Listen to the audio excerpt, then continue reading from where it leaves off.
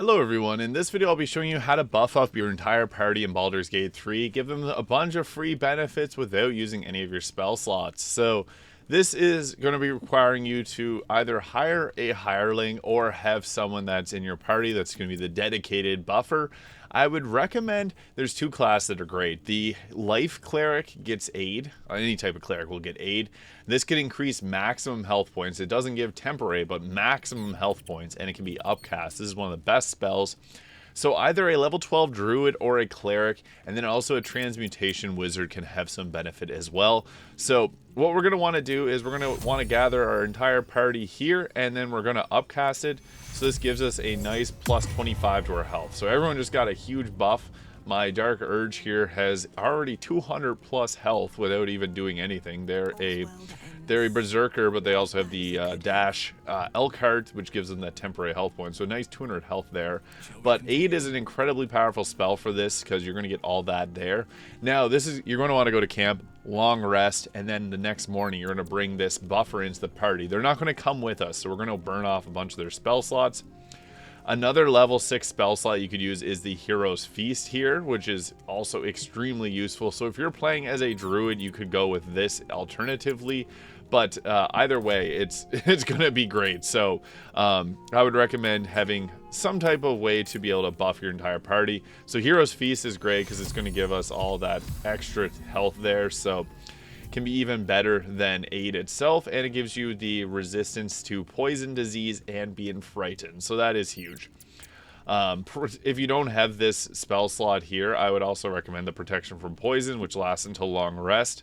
Protection from good and evil requires a concentration, but we can also cast Freedom of Movement, which is an awesome spell. So what's nice about Freedom of Movement is we can cast this and we're going to have it until long rest. So snap an ally of any stun, difficult terrain, can't slow them down. They can't be magically paralyzed or restrained. So we can put this onto our entire team here, and we're going to all have that benefit of the Freedom of Movement. Also, another level 4 spell that's pretty good is the Death Ward. You can upcast it there if you run out of spell slots. Basically what Death Ward does is anytime that you're about to get taken out to 0 health points, you resist that and get an extra 1 health, so you can survive a little bit longer. This is awesome to have, so I'd recommend having that there. There's the Hero's Feast. But Death Ward and Death Ward is extremely useful to have. Unfortunately, some of these don't stick on the characters because they require the concentration, and when we remove them from the party, they will no longer have that. But another one that's really good is Warding Bond.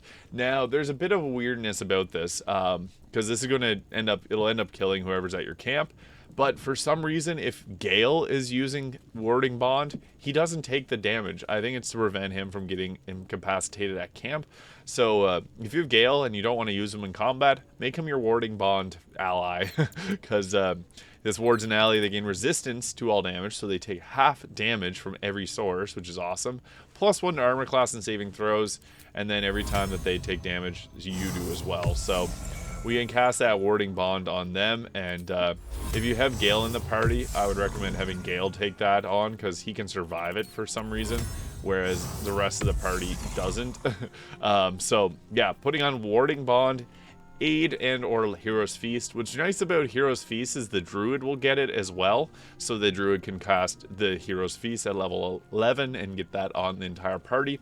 Also, the druid gets Long Strider, so the increased 3 meters of movement speed you can apply to your entire team, but you definitely want to have at least the Freedom of Movement and Death Ward if possible, and upcast healing. So with that, you can see we have a ton of extra buffs on our party. We have that increased aid health, we got the increased Thoroughly Stuffed, we have Freedom of Movement, Death Ward, and Warding Bond. So that's quite a nice addition to our classes here.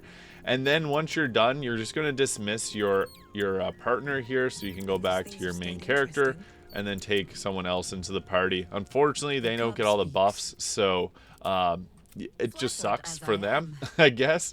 But once you take the ally there, as you can see, we still have all of our buffs, and we no longer have Halsa in our party. So we have that Warding Bond. Again, do that with Gale.